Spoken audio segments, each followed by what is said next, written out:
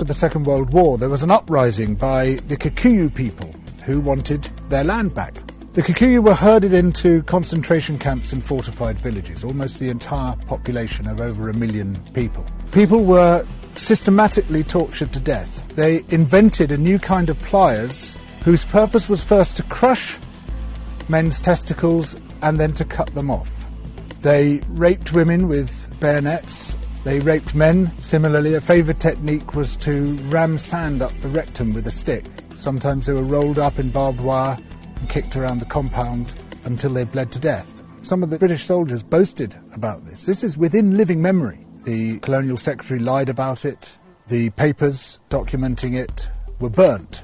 The impact of the rich and powerful nations has been so phenomenally murderous and destructive that it has been completely airbrushed from our national consciousness. In order to justify the land-grabbing colonial projects, you had to create an ideology. We, the Europeans or the Americans, have come to rescue the rest of the world from its depravity and backwardness. But in order to do that, you have to be able to demonstrate that the rest of the world is depraved and backward. From this arose the racism that is still with us today. It was a necessary component of the colonial project. Some people might claim, well, okay, we broke a few eggs to make this omelette. It's as if all those human beings were eggs. But look at the omelette. Isn't it fantastic? Look, we've made this fantastic omelette. Forget about all that unpleasant stuff and let's just celebrate where we are.